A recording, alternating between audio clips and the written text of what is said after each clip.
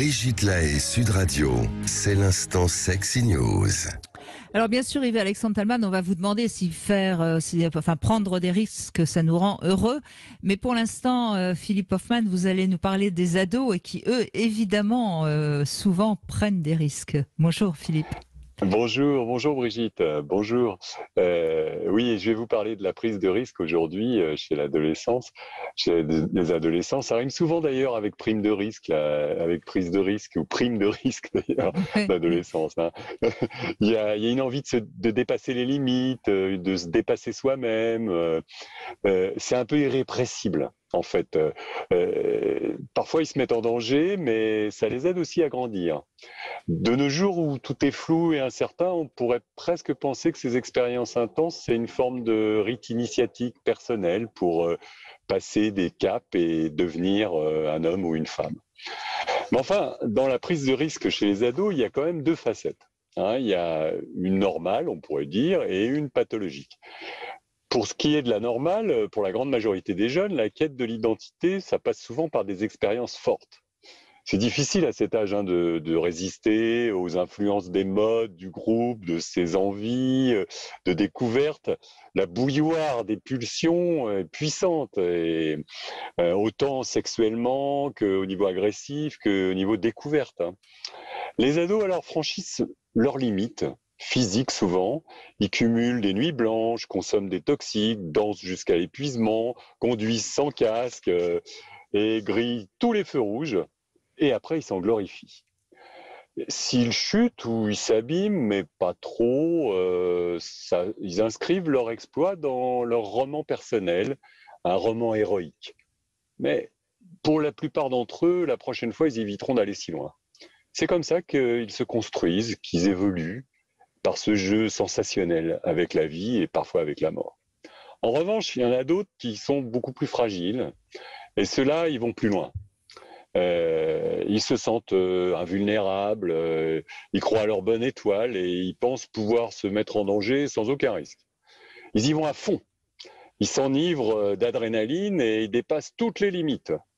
Ils se filment, ils cherchent leur admirateur, ils en ont souvent d'ailleurs, et s'ils dérapent, de toute façon, c'est jamais de leur faute.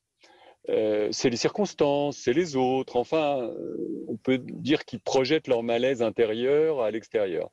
C'est un mécanisme psychique qui s'appelle la projection et ça leur évite l'angoisse, de toutes sortes d'angoisses d'ailleurs, et souvent celle de ne pas être à la hauteur, d'être impuissant face aux exigences du monde réel. Ils restent alors des enfants éternels. Et ils ont des croyances magiques, de super-héros. Il leur faut toujours plus de sensations. Mais évidemment, toujours plus, l'accident est inéluctable. Oui, si on va toujours plus loin, on risque finalement de rencontrer ses limites. Alors tout ça, ça se fait à l'insu des parents qui découvrent souvent les affaires comme ça en cas de drame, quoi. Hein. Alors on pleure ensemble, on soigne, on câline, on essaye de refaire un peu le chemin de l'enfance en leur disant combien on les aime. Et on peut leur dire souvent qu'on ne peut pas les contrôler tout le temps, mais on aimerait bien encore les protéger. Oui, donc c'est toute la difficulté du parent, c'est-à-dire c'est de le laisser peut-être quand même un petit peu se mesurer, surtout quand ils sont entre copains, et en même temps poser des petites limites pour pas qu'il aille jusqu'à se faire mal. Et on le pense notamment quand l'enfant, l'ado plus exactement, réclame une moto, généralement les parents sont pas tellement d'accord. Et pourtant, voilà, par exemple, tous les véhicules à moteur et en particulier les scooters, c'est bon, il y a des parents qui peuvent pas résister, mais enfin, surtout si eux-mêmes ils en ont un. Mais en fait, c'est vrai qu'à partir du moment où on pense que son jeune va se mettre en danger ou pourrait prendre des risques, on est inquiet parce qu'il y a dès qu'il y a voilà. Donc l'important c'est quand même toujours de leur dire ça, c'est de leur dire je peux pas te protéger tous les jours, je peux pas être derrière tes fesses tout le temps, mais par contre je suis là et j'aimerais bien que tu te mettes pas la tête dans le mur. Yves-Alexandre Thalmann, qu'est-ce que vous avez envie d'ajouter? Difficile d'ajouter quelque chose. J'ai quand même une idée qui me vient, c'est celle de la liberté. Je crois sincèrement que la liberté, ça se conquiert, ça ne se quémande pas. Et dans ce sens-là, la transgression du cadre fixé par les adultes, notamment par rapport à l'accès à sa vie sexuelle, c'est aussi quelque chose de formateur, de dire à un moment donné, je ne vais pas, chers parents, vous demander la permission.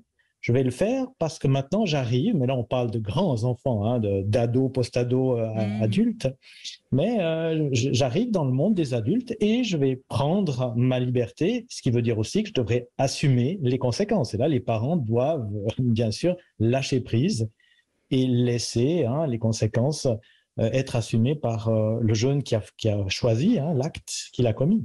Oui, surtout qu'il faut quand même préciser que la plupart des jeunes connaissent les risques. Les mesures de prévention, elles existent au sein des collèges, des lycées, etc. Autant pour les risques sexuels que les risques liés aux substances psychoactives, aux toxiques, enfin à pas mal de choses. Ils les connaissent, les risques, mais il faut justement qu'ils jouent un peu avec ça. Mais ce que je voulais dire là, surtout dans ma chronique, c'est qu'il y en a qui jouent avec et qui font de cela une expérience qui leur permet d'évoluer, et puis il y en a qui jouent avec jusqu'à ce qu'ils se fracassent, quoi. Et ceux-là se font très mal. Et par exemple, en termes de sexualité, il y en a qui prennent des risques sexuels qui sont assez majeurs en multipliant les partenaires sans aucune protection ni contraception, et ça peut aller très loin, et puis après ça entraîne des conséquences avec lesquelles d'ailleurs il faut parler avec les parents. Donc c'est vrai que c'est une forme de liberté de prendre des risques, parce que c'est comme ça qu'on acquiert, vous avez raison, sa liberté, son libre arbitre, etc. Mais si on se brûle les ailes à ça et qu'on se détruit, en fait, eh bien là, à ce moment-là, on a vraiment besoin oui, mais ce que vous sembliez dire, Philippe Hoffmann, c'est que finalement, quand on a un ado qui va un petit peu prendre trop de risques, quelque part, c'est parce qu'il a un mal-être, et que prendre des risques, c'est quelque part inconsciemment vouloir se faire mal. Exactement, et puis c'est projeter son mal-être à l'extérieur. Oui. C'est une manière comme ça de le retirer de soi, quoi, si vous voulez. Mais en fait, c'est illusoire parce que ça revient tout le temps. Bien sûr. Bon, merci en tout cas de cet éclairage, Philippe Hoffmann. Merci beaucoup. Prenez pas de risque, j'ai vu que vous étiez en voiture. Oui, je ne prends pas de risque. Je me suis arrêté. À l'arrêt, on voit bien. Merci en tout cas.